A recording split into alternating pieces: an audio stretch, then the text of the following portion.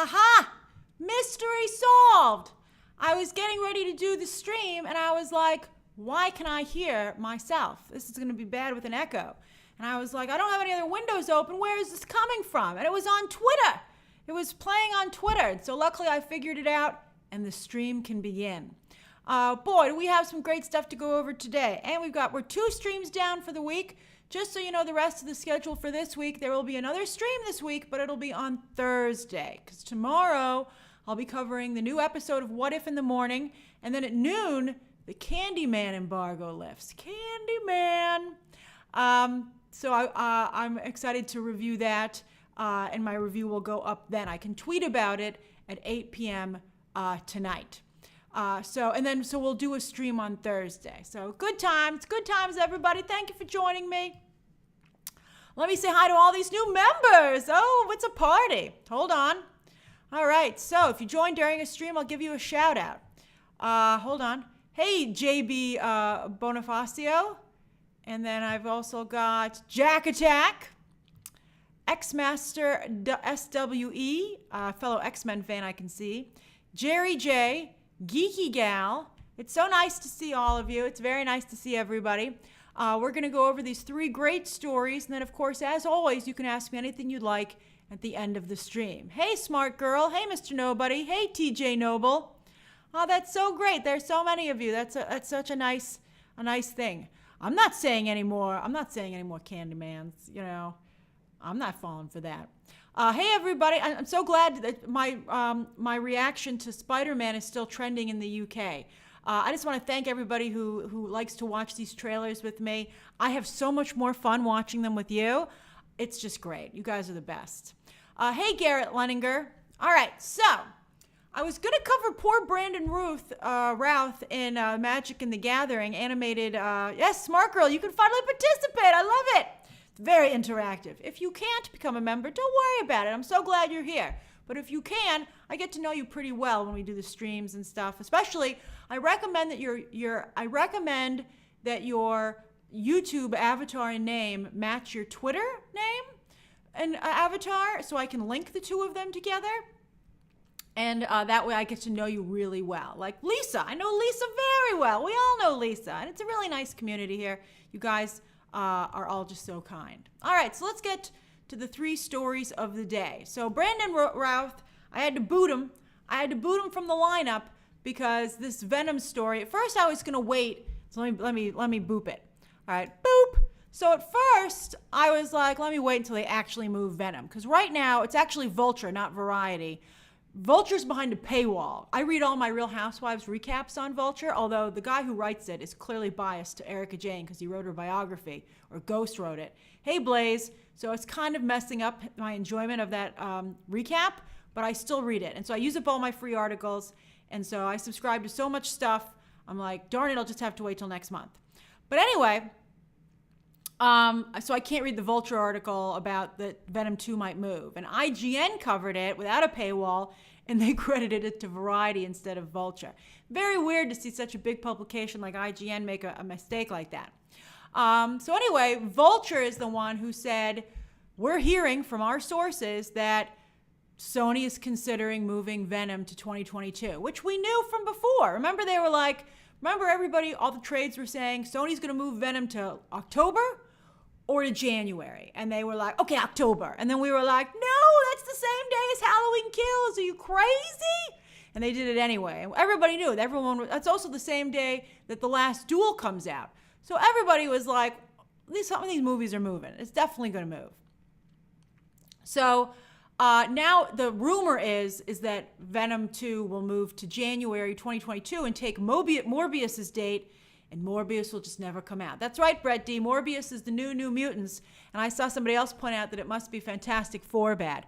I thought Fantastic Four, the Josh Trank one, had its moments in the first 2/3, particularly the first act, but that third act was god-awful. So anyway, so I'll make a video if and when they actually move it. But right now, I thought the stream, because somebody asked me a question that made me decide it was worth covering today. One of you was like, they can't push Spider-Man, Grace. Because I tweeted, if Venom moves, Spider-Man has to move. Because Who on earth would release 2 Spider-Verse movies back to back, December and then January? I think it would, I mean, nothing's going to hurt Spider-Man No Way Home. But how is Venom going to survive stuck between Spider-Man No Way Home and Doctor Strange in the Multiverse of Madness? That's madness. It makes no sense. Everybody will be like, I don't care about this. I want to see the second half of what happens after Spider-Man No Way Home, which sets up Doctor Strange in the Multiverse of Madness. And Dan is pointing out that they've already released 2 trailers for Venom 2. And that's true. That's really bad to have released that many trailers. That means, the ad camp, it's never good to start your ad campaign if you think your movie might move. All right, let's talk about Spider-Man No Way Home. So somebody tweeted me and they said they have to release Spider-Man No Way Home. The trailer that just came out yesterday said December on it. But here's the thing. Remember, they weren't necessarily going to release that trailer to the public or maybe even show it at their presentation. We didn't know this, but Sony was already going into CinemaCon's guns blazing because they showed Ghostbusters to everybody in attendance. So that means there aren't a lot of spoilers in Ghostbusters if they did that. So they showed everybody, because there was press in attendance there as well, people who decided to pay and go to CinemaCon, which I feel was very risky to do, but hey, more power to you. They got to see Ghostbusters. So, yeah, they showed Ghostbusters yesterday, played very well to the crowd. You never know how the audience is going to react, but considering how well people liked the trailer for Ghostbusters, I think it's very promising that the movie was so well received. So they could have a real hit on their hands. But anyway, I believe that they played the No Way Home trailer because somebody leaked it. So they had no choice but to play it. I don't think, based on the way the box office is going, and it's bad. I mean, let's not sugarcoat it. The box office is bad.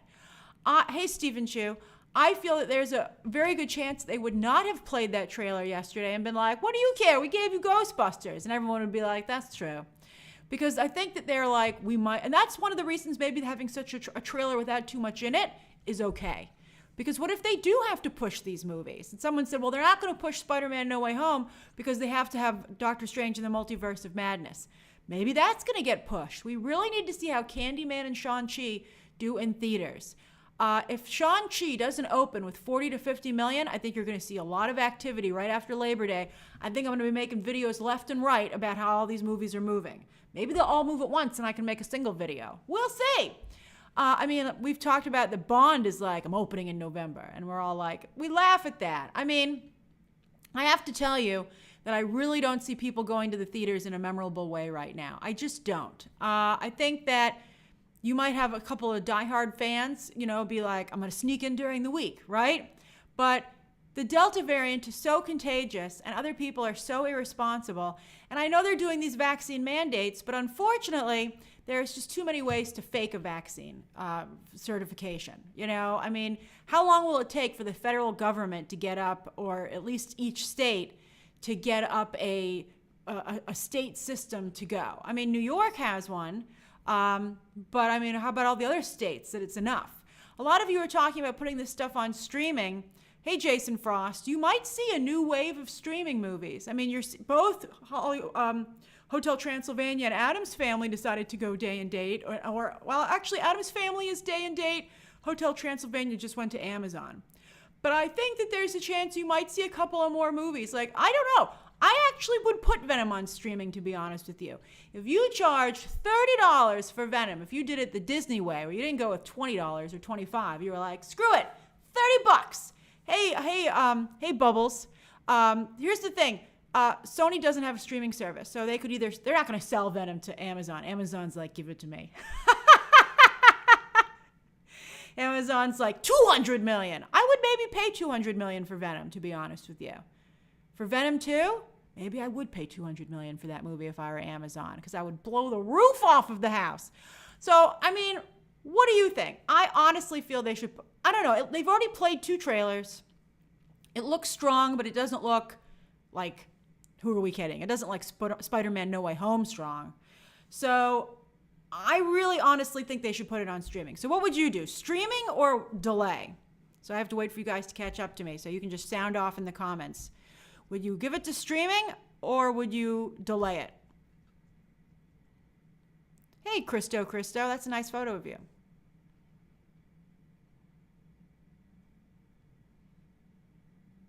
Yes, Morbius as well. Oh, I'm seeing some streaming. Oh, Warren is like, no, delay it. Damani feels the same way. So is Emmanuel. But I think a lot of streaming. I mean, of course, we're self-interested because we want to just watch it. But, I wouldn't put Spider-Man No Way Home on streaming. I honestly think there's a chance they wouldn't have released that trailer if it hadn't been for it being leaked.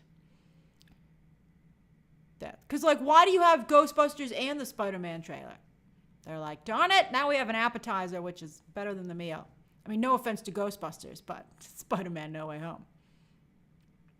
So we'll see what they decide to do. I would sell it to Amazon. I'd be like, Amazon or Apple. Apple, come on, Apple. How much are you going to give me for this? So we'll see. We'll see what happens. But I think that keep an eye on Candyman this coming weekend, and keep an eye on, the big one is going to be Shang-Chi.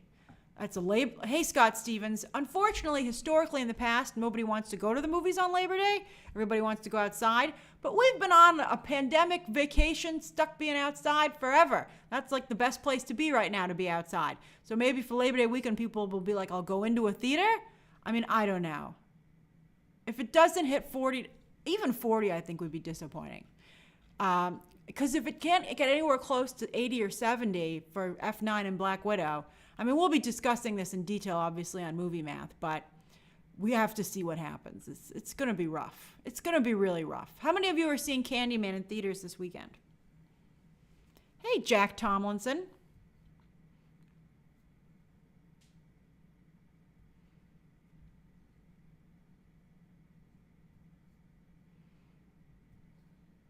Just waiting for you guys to catch up there. See 2 so far. Oh, 3. Couple. Oh, couple of you. That's great. Argus is like, yeah, sure, why not? Hey, John X New York. John Times New York.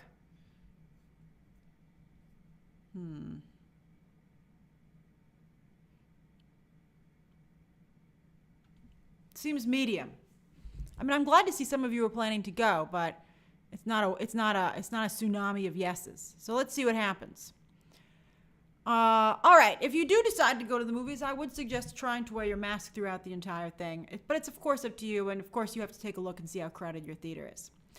Alrighty, so that's the first story of the day. We'll keep an eye and see what happens with Venom 2. That's going to really put the industry into a tizzy. All right, so will Shang-Chi bombing them. Story number 2. Boop! All right, so Netflix. Netflix is like, we have a streaming service, and we're never going to release movies in theaters because we made a pact with our subscribers to give them the content that they demand. But I think they were like, man, we give you so much content, we're going to put some of our movies in theaters, especially after the Army of the Dead, Zack Snyder's movie, did pretty well in theaters. So I think their problem, though, is that they only give you a week or two before you can watch it on streaming. I think with The Irishman and Marriage Story for awards season back in 2019, a simpler time, they had a month. If you wanted to see The Irishman or Marriage Story, you had to wait a month to watch it on Netflix. I think telling someone they have to wait a week. I cannot pronounce your name, new member, but welcome. I cannot read the language that's in, if that is a language. So anyway, so I think that Netflix is like, but they're still going to try and do this. They're going to try and float out. I mean, theaters are desperate for content, so they're like, okay, we'll give you some content. I actually saw The Irishman. I thought it was a gun. I thought that you had used emojis to make a gun. I got that, but I wasn't sure. All right, so anyway, let's see. So I actually went to see Irishman. They repurposed a Broadway theater, and that was really great. Hey, Evan Feliciano. And I had a great time seeing The Irishman that way. I just thought it was absolutely wonderful. I'll never forget it. They did a really great job with that. But let's see. I'm going to tell you some of the movies that are hitting. Actually, one of them is was I was going to be talking about in the third story. But I'm going to go through this, and you guys can tell me which ones you would see in theaters. All right? So they have a lot of movies coming out. So I don't even know what Worth is. I forgot. Kate is the Mary Elizabeth Winstead actioner. So for Labor Day weekend, you can go see Shang-Chi, or you can see Kate in theaters. Why would you do that? Okay, so anyway. Then there's The Starling, which just released its trailer earlier today with Melissa McCarthy and Kevin Kline, which looked, That starts September 17th. You can see that in theaters. Then there's The Guilty. That hasn't even had a trailer yet. That hits theaters. They're only there for like a week or so. September 24th. The Worth is the 9/11 Michael Keaton movie. That's right. Thank you. I did not want to watch that because I was like, I don't need to watch that. So anyway, The Guilty is an Antoine Fuqua directed movie that's an ensemble that stars Jake Gyllenhaal, who we're about to talk about. Then Fever Dream, I forgot what that was, Found. Then The Harder They Fall. This is the one I'm very excited about. This is the Black Western with Idris Elba, Regina King. Let's see here. Lakeith Stanfield, Jonathan Majors. Amazing cast. Amazing cast. That October 20th, you'll be able to see that in theaters, which I'm pretty excited about. These are approximate. These are actually when they're hitting the Paris Theater in New York City. But they'll be hitting some theaters across the country as well. Then there's Passing. Passing is a movie that was directed by Rebecca Hall about Tessa Thompson, and I forget the other actress's name. She starred in Ruby. Maybe one of you guys can help me out here. She was in, she did some comic book stuff there. She was working for a while there, but Ruth Negga. So it's Ruth Negga and Tessa Thompson. Brett, I just, I'm glad I was able to get it before, but I thank you guys for helping me out. But it's about two African-American women who, the 1920s or something, are passing for, or one of them can pass for Caucasian. So it's a movie about that. It got really strong reviews. I think it's black and white cinematography. It sounds very interesting. So I'm very curious about that. Then I think a real test will be on November 3rd with Red Notice. November 3rd, you'll be able to see Red Notice in theaters. That, of course, is the Dwayne Johnson, Ryan Reynolds movie. So I'm pretty excited about that. That's a big blockbuster. I think that's the most like the Army of the Dead in terms of getting you to maybe go see it in a theater. Then Tick, Tick, Boom. That's the Lin-Manuel Miranda movie that he's directing with Andrew Garfield about the very tragically short life of the creator of Rent. That's a musical also. That comes out November 10th. I'm pretty excited about that. I would love to. I don't know. With COVID, I don't know if I'll see any of these because I can get, Netflix will give out screeners and you only have to wait a week. It's tough. I'd be going to the movies to see a lot of these if it wasn't COVID. Then the other thing I'm very excited about is Don't Look Up. That's the Leonardo DiCaprio. Hey, Anna Stucci. The Leonardo DiCaprio, Jennifer Lawrence movie that comes out December 10th in theaters, and I think a lot of people will see that. I'm curious. These are gonna do very, very well on Netflix, on the service, but I think theaters right now is a tough sell. But it's interesting that Netflix is making such a strong play to get people to go to theaters. I also thought it was interesting that they're not doing a theatrical release for the Halle Berry movie Bruised. I thought that was really surprising. All right, so that is the second story of the day. We got one more story to go. Hold on. And then we can get to questions. All right. Boop. All right. Oh, boom, baby. Third story of the day. Boom, baby. All right, so Jake Gyllenhaal. Where has he been? Oh, some of you are asking about Oscar contenders. I think all those are pretty strong Oscar contenders, quite frankly. That's probably one of the reasons that Netflix is even doing that as well, to get that qualification. Hey, Joseph Nilsson Silva. It's very nice to see you there. That's a nice picture as well. All right, so Jake Gyllenhaal, where have you been, baby? I miss you. So Jake Gyllenhaal, who was such a fabulous Mysterio, so we were talking about him a lot yesterday, actually, in the Spider-Man No Way Home discussion, because, of course, that spins right out of the events of Spider-Man Far From Home. And, who knows when we'll see Mysterio next? I think there's no way he's dead. And, we're still missing a sixth member of the Sinister Six for Spider-Man No Way Home. So I hope maybe he'll show up there. He has a couple of other... Is it Jake Gyllenhaal? Is he one of the ones who said he didn't shower? That's crazy. So anyway, Jake Gyllenhaal has a couple of other movies coming up. He's in The Guilty, which we just discussed for Netflix. He's also starring in Ambulance. Remember Ambulance? That's the Michael Bay movie that's been filming for a while and doing these crazy stunts and getting in the news for being irresponsible. Well, that actually sounds like a pretty darn good cast. It's Jake Gyllenhaal, Yahya Abdul-Mateen II, and Ayla Gonzalez. So I'm pretty excited about that. That sounds excellent, actually. As long as, Michael Bay, you make sure everybody gets through okay. So there's a lot of different rumors, Juan, as to who the sixth member is of the Sinister Six. We'll see who it is. I think everybody would be kind of disappointed if it was Rhino, quite frankly. But I mean, you're like, not Vulture or Mysterio, but Paul Giamatti as Rhino? I mean, I don't think anybody wants that back. But so we'll see. We'll see what happens. But anyway, back to Jake Gyllenhaal. He's got himself a project. He's going to be teaming up with Robert Kirkman. Robert Kirkman is doing quite well for himself. First it looked like The Walking Dead would define Robert Kirkman's career in comics and out of comics. Although he kept going, he produced Invincible through his Skybound banner with Seth Rogen and Evan Goldberg for Amazon. Huge success.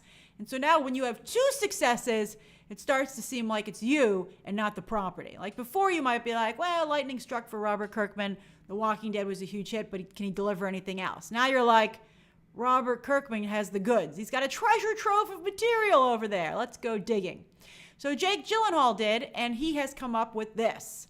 So no studio is attached just yet. Hey, Juanita Power 07.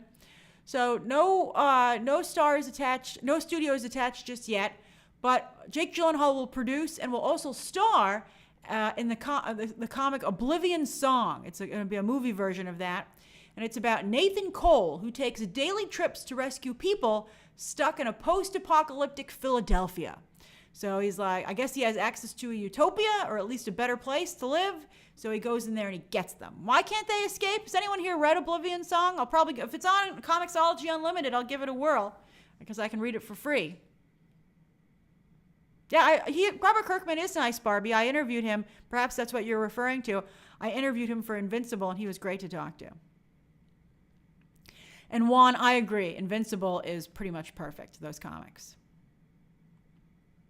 It's Image. It's an Image comic, Raphael. Nobody's read it.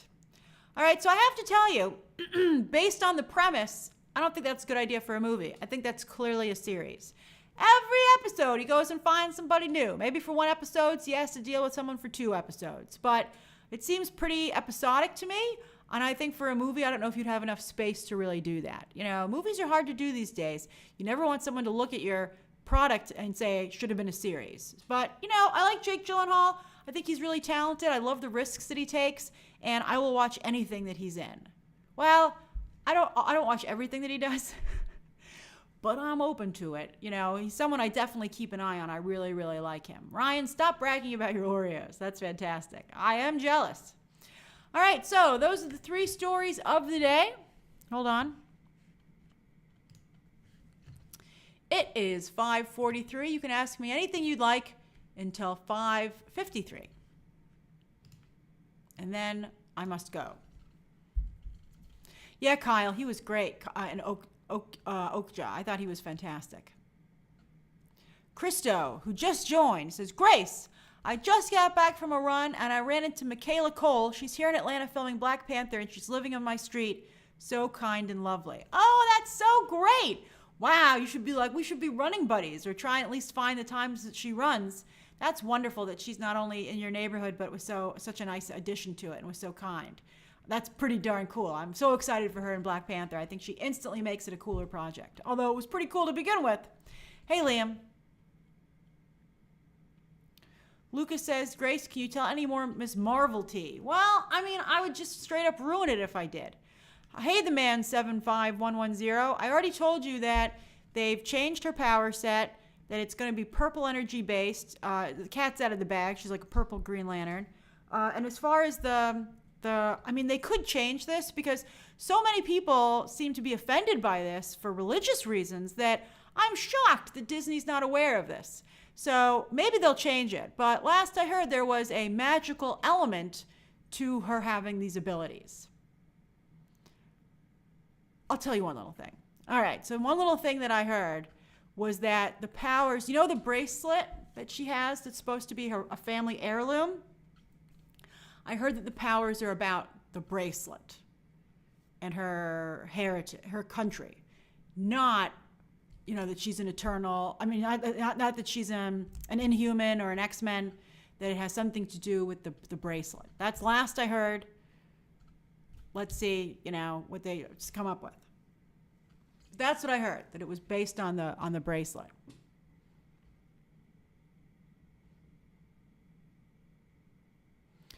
Mika says, Ironheart will debut in Black Panther 2. I think that's great. I mean, I wouldn't be surprised if maybe she's an intern for Shuri.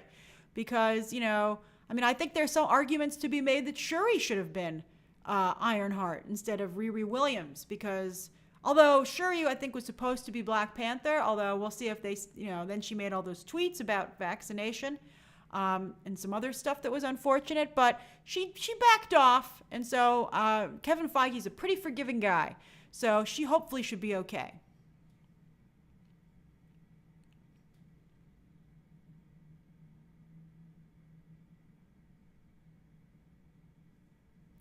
Sion, I think the lizard was one of the 5 people who were spotted, right?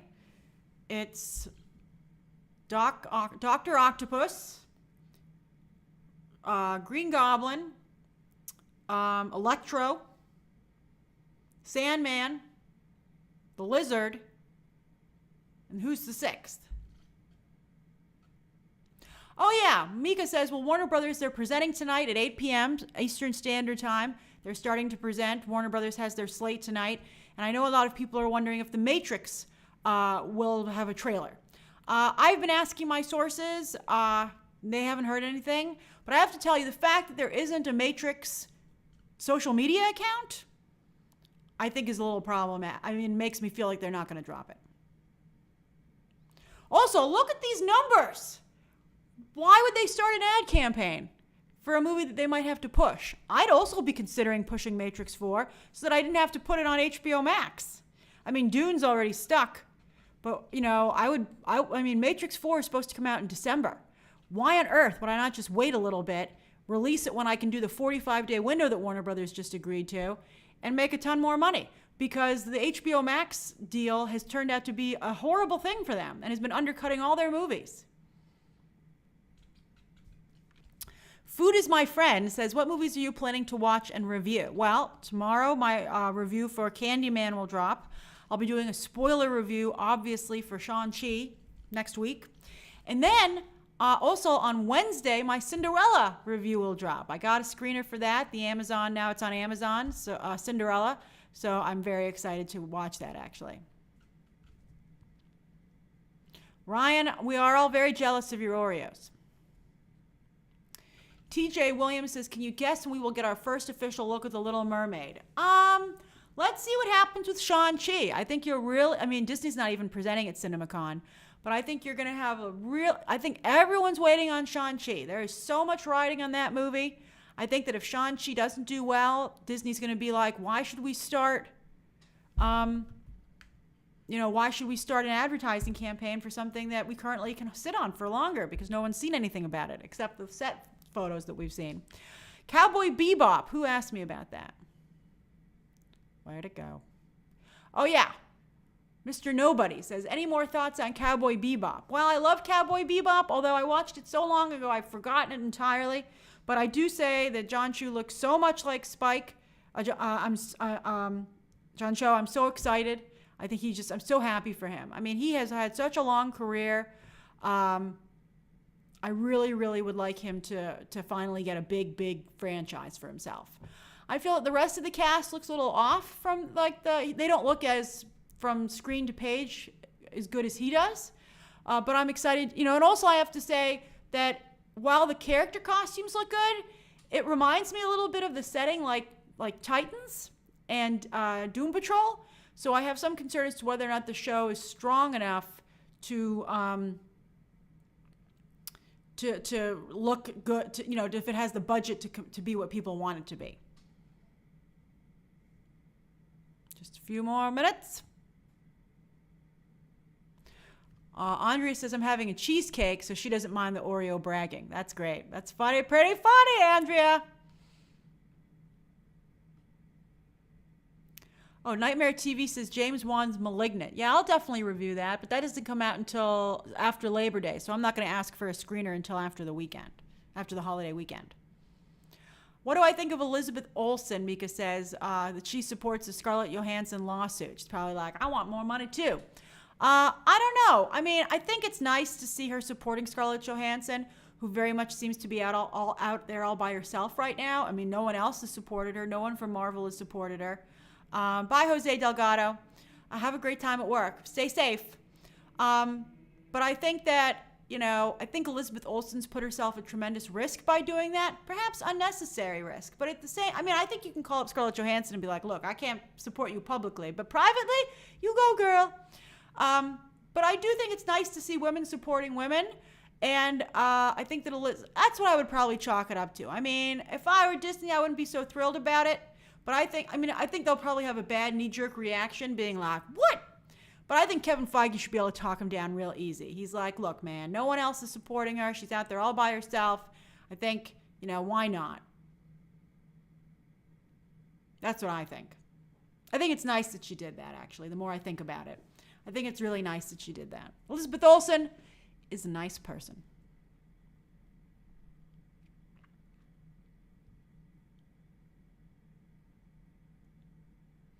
Dan Blaster says, do you think Halloween could move? Dan, that's so funny. At first, I thought if you were asking me if the holiday would move, I was like, are they going to move holidays now because we can't celebrate them? That's hilarious. I think Halloween could move or go to streaming. Although people would pirate the crap out of that. I think everything could move. If Shang-Chi craters, why on earth would you sacrifice your movies like this?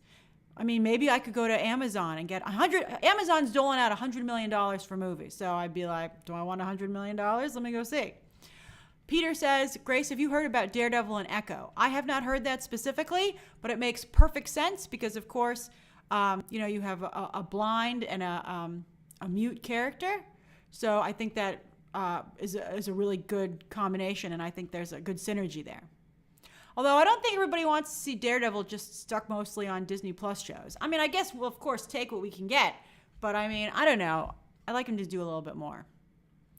Ryan says, what project do you think Harley Quinn will appear in next? Well, if she wanted, I think that the next place you'll probably see the character will be obviously on the animated series on HBO Max, which I'm very excited about.